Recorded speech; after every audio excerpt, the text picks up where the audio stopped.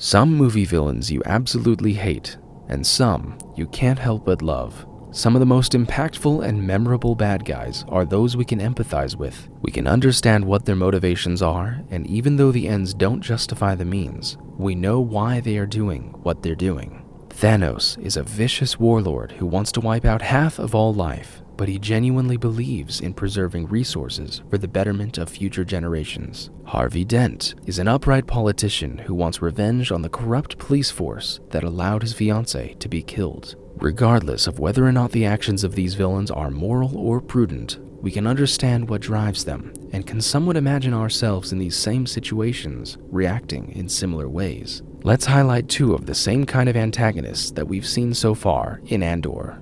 Dedra Meero is a young and inexperienced ISB lieutenant eager to make a name for herself among her colleagues. Although her real enemy is the growing rebellion, we are shown conflict with Lieutenant Blevin. While there was no action in their fight, we find ourselves rooting for Dedra as she persuades Major Partagaz of her value. We forget that Aldhani was just attacked. We don't even think of the other rebel cells being radicalized across the galaxy because all we want is for her to beat Blevin. We empathize with her. We want her to win, despite being a bad guy. Cyril Karn had a troubled childhood, with his mother never affirming his endeavors, leaving him feeling inadequate in all that he does. He always feels the need to compensate for his believed shortcomings. So when two men in his company are murdered, and he sees the complacency and corruption of his superiors, he has to take charge and do the right thing. When his mission doesn't go according to plan and even more of his men are killed, we feel bad for him. When he returns home to his mother,